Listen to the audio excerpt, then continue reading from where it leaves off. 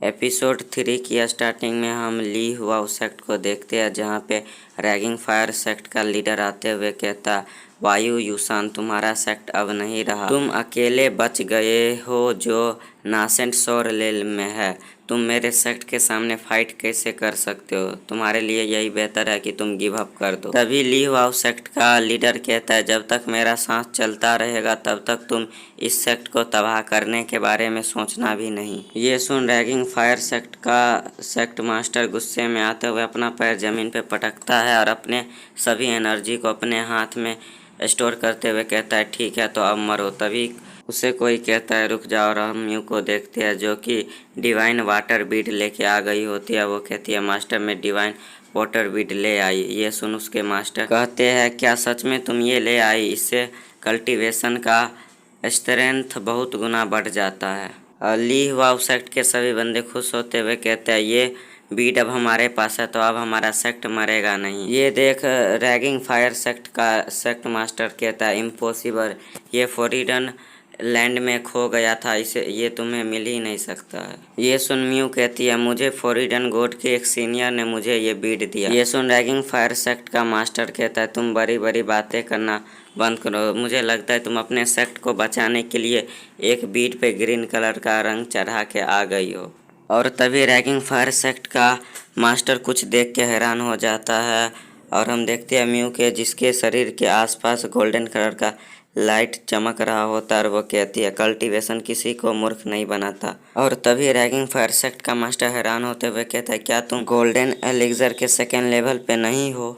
ये सुन म्यू कहती है, नहीं, मैं गोल्डन एलिक्सर के 9th लेवल पे पहुंच गई हूँ। ये सब सिर्फ उन सीनियर के कारण हुआ है। ये सुन रैगिंग फायर सेक्ट का मास्टर कहता है, क्या एक सीनियर ये नहीं हो सकता है? और उसका पैर तलमलाता है और वो नीचे गिर जाता है, जिससे उसके पिछवाड़े पे चोट लग जाता है। तो उसके सभी बंदे पूछने लगते हैं, एल्डर, क्या आपके पिछवाड़ा ठीक तो है? एल्डर कहता है, हाँ मैं ठीक हूँ। और वो कहता है, आज चलो यहाँ से। और वो कहता है, लिया हुआ सेक्ट, ये मत सोचना कि मैं तुमसे डर गया, मैं अपना रिवेंज लेने आऊँगा। और वो लोग सभी हवा में उड़ के चले जाते हैं। और ली हुआ सेक्ट के लीडर कहते हैं, मुझे विश्वास नहीं हो रहा है कि हमारा सेक्ट बच गया। हमें उन सीनियर के पास जाना चाहिए, उससे पहले हम अपने सेक्ट के ओल्ड मास्टर को भी लेके चलते हैं। और सीन शिफ्ट होता है, हम ली हुआ सेक्ट के एल्डर को देखते हैं, ओल्ड डल को देखते हैं और म्यू को देखते हैं, जो फॉरिडन लैंड पे आ गए होते हैं। और ओल्ड मास्टर कहते हैं, म्यू तुम श्योर तो हो ना कि सीनियर यहीं पे रहते हैं? ये सुन म्यू कहती है, मैं अच्छी तरह से तो श्योर नहीं हूँ, बट मुझे सीनियर ने कहा था कि मेरा घर माउंटेन के बीच वाले विलेज में है। और ओल्ड मास्टर कहते हैं, ये जगह फॉरिडन लैंड से ज़्यादा दूर नहीं है, यहाँ पे कोई खतरा क्यों नहीं महसूस हो रहा है? उन ओल्ड मैन को देखो, वो फार्मर ही लग रहे हैं। और वो ओल्ड मैन और ओल्ड लेडी उन्हें देख के कहती है, अजीब से शक्ल के कमज़ोर लोग यहाँ क्या कर रहे हैं? और ओल्ड मास्टर कुछ देख के हैरान हो जाते हैं और वो कहते हैं कि उनके कुदाल में कुछ तो गड़बड़ है।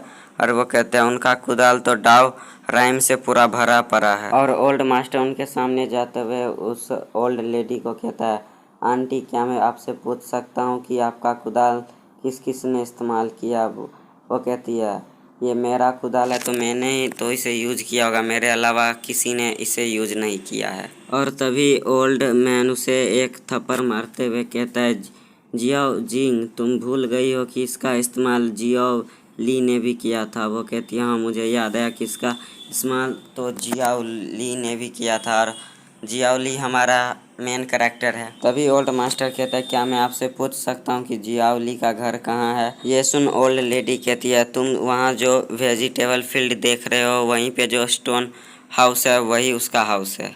और वो तीनों वहाँ पहुँच जाते हैं और वो लोग वेजिटेबल फील्ड और स्टोन हाउस को देख के हैरान होते हैं। म्यू कहती है, ये वेजिटेबल फील्ड तो अल्टीमेट ट्रेजर लग रहा है। और एल्डर कहते हैं कि अभी तक हमारे जनरेशन में जितना भी एलिक्सर आया है उसका कंपेयर हम इससे कर भी नहीं सकते। और वो कहते हैं, ओल्ड मास्टर इधर आइए और देखिए कि इस फील्ड के हर वेजिटेबल में डाउ राइम भरा हुआ है।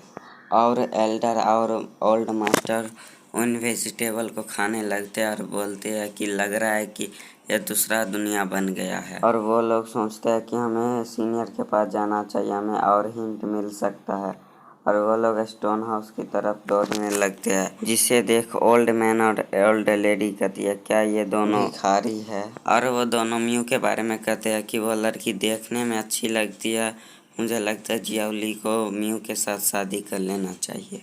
और सीन शिफ्ट होता है हमारे मेन कैरेक्टर की तरफ यानी जियाओली की तरफ, जो लकड़ियाँ काट के लाया होता है। वो कहता है आज मैंने थोड़ा कम लकड़ियाँ काटा, लगता नहीं है कि ये ज़्यादा टाइम तक चल पाएगा। और जियाओली को म्यू कहती है सीनियर, और वो पीछे देखता है और वो खुश होते हुए कहता है ये तो तुम और तुम्हारे साथ ये दो बंदा कौन है। और म्यू मास्टर और ओल्ड मास्टर को कहती है यहाँ पे आप लोग आइए, यहाँ पे है सीनियर। और एल्डर कहते हैं कि ये कैसा वंडरलैंड है। ओल्ड मास्टर कहते हैं यहाँ तो देखो, यहाँ पे पीच का ट्री है और यहाँ के चिकन भी वॉइड के ऊपर जा चुके हैं।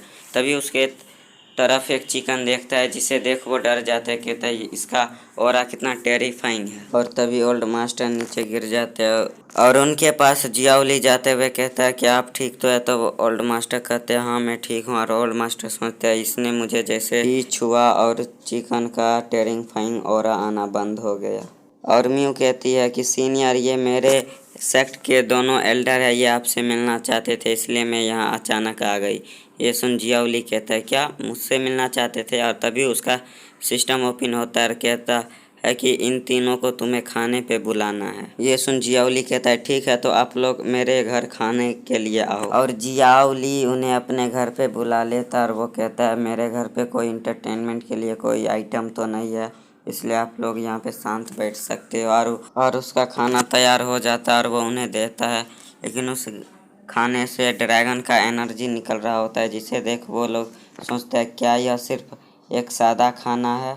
और ओल्ड मास्टर एल्डर अपने मन में सोचते हैं इसमें से तो ऐसा एनर्जी आ रहा है जैसे लगे ये एनर्जी अर्थ को भी डिस्ट्रॉय कर दे। मुझे लगता है कि मास्टर हमें स्ट्रॉन्ग बनाना चाहते हैं, इसलिए हमें ये खा लेना चाहिए, मास्टर को निराश नहीं करना चाहिए। और वो लोग जल्दी जल्दी खाना खाने लगते हैं और खाना खाने के बाद उन सबका लेवल अप होने लगता है।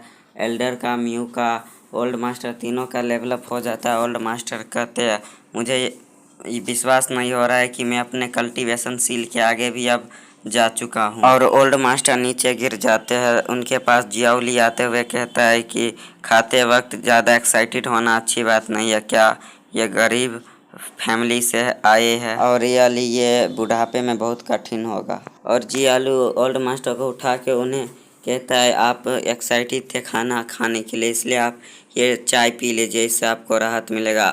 और वो चाय पीने लगते हैं और पीने के बाद फिर से उनका लेवल अप होने लगता है और उसके कल्टीवेशन का लिमिटेड सील अनलॉक हो जाता है। तभी वह जियाओली के सामने झुकते हुए कहता है कि मास्टर आपने मुझ पे बहुत काइंडनेस दिखाई, मैं यू क्यू सुई ये कभी नहीं भूलूंगा। और वो सब भी उनके सामने झुकते हुए कहते हैं कि हाँ मास्टर ये जूनियर लोग कभी भी आपका काइंडनेस नहीं भूलेंगे। ये देख जियाओली थोड़ा घबरा जाता है। तभी उसका सिस्टम ओपन होता है, कहता है आपके ड्राइंग करने का टाइम हो गया है। और जियाओली कहता है आप लोग उठ जाओ, अब मुझे अपने भी काम करना है, इसलिए अब मैं आप लोगों को अपने घर पे नहीं रोक सकता हूँ। ये सुन म्यू कहती है ठीक है मास्टर, तो लेकिन मैं एक आपसे बात पूछना चाहती हूँ कि मैं दोबारा आपसे मिलने आ सकती हूँ। ये सुन जियाओली कहता है हाँ तुम आ सकती हो। ये सुन वो उसके साथ चिपकते हुए कहती है थैंक यू सीनियर। और वो लोग वहाँ से जाने लगते हैं और म्यू को एल्डर और ओल्ड मास्टर कहते हैं तुमने आज बहुत अच्छा काम किया। और सीन शिफ्ट होता है उन पे जहाँ पे वो लोग जा रहे होते हैं और बादल पूरा काला हो गया होता है और वो लोग बादल की तरफ देखते हुए थोड़ा हैरान हो जाते हैं। और हम आसमान में देखते हैं रैगिंग फायर सेक्ट के लीडर को, जो कहते हैं यू की सुई वही यूसान, मैंने आखिरकार तुम्हें ढूंढ ही लिया। और इसके साथ हमारा एपिसोड एंड होता है।